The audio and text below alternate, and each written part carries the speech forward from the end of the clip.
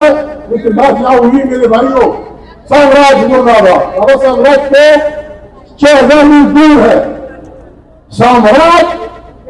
ہم یہ بڑی بڑھیا کہانیاں سنائی کرتی تھی کہ پھر اس کہانی کا وہ ہیرو دیو کا مقابلہ کرنے چل کرتا تھا، پھر اس کو بتایا جاتا تھا کہ اس دیو کی سانس اس طوطے میں ہے، سامراج کی سانس یہاں کے سرمایہ دار میں ہے، سامراج کی سانس یہاں کے سندھو وغیرہ میں ہے، سامراج کی سانس بلوچ سردار میں ہے، سامراج کی سانس مشہور خان میں ہے۔ ہم نے ان طبقات کو پیچھے نکلنا ہوگا۔ جس دن ہم نے ان برائے کو پیچھے دھکیل دیا، پھر مزدور کی بات جاری آئے گی، پھر مزدور آئے گا، مزدور آنا ہوگا، لیکن پاکستان میں نہیں ہے۔ پاکستان میں معافی چاہتا ہوں، مولانا صاحب کوئی کام نہیں کرتا، علی الدین خان کوئی کام نہیں کرتا، وڈیرا کوئی کام نہیں کرتا، چودھری کوئی کام نہیں کرتا، پروفیسر کوئی کام نہیں کرتا، وکیل کوئی کام نہیں کرتا۔ کام پاکستان میں صرف وہ غریب کرتا ہے جس کے پاس رات کو روٹی نہیں ہوتی، وہ کام کرتا ہے تو اتنا پیسہ نہیں کما سکتا کہ بچوں کی دیکھ بھال کر سکے۔ وہ سب کے سب ٹی بی کے مریض بن گئے۔ پاکستان اس طرح نہیں چلے گا۔ پاکستان کو اگر کسی نے چلانا ہے، پاکستان کو چلانے کا طریقہ یہ ہوگا، یہاں ایک آئین ہوگا، ایک قانون ہوگا، وہ سب کے لیے برابر ہوگا۔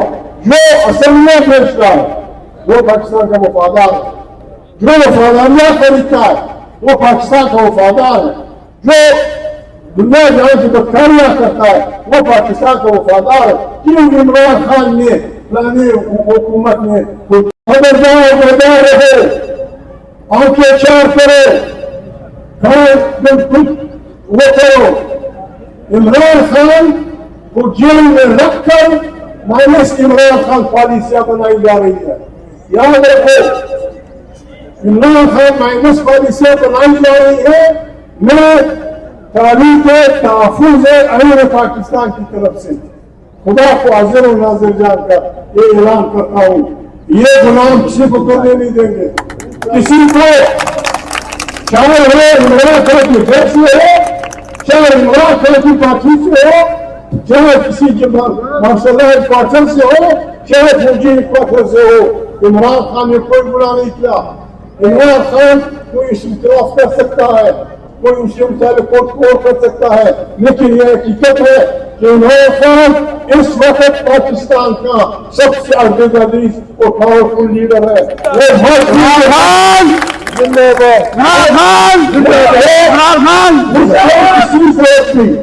اس کو کسی صورت بھی جیل میں نہیں ہونا چاہیے۔ یہ تماشا نہیں ہے، کرتا ہوں میں سیاسی کارکن ہوں، میں سن لیتا ہوں باتیں۔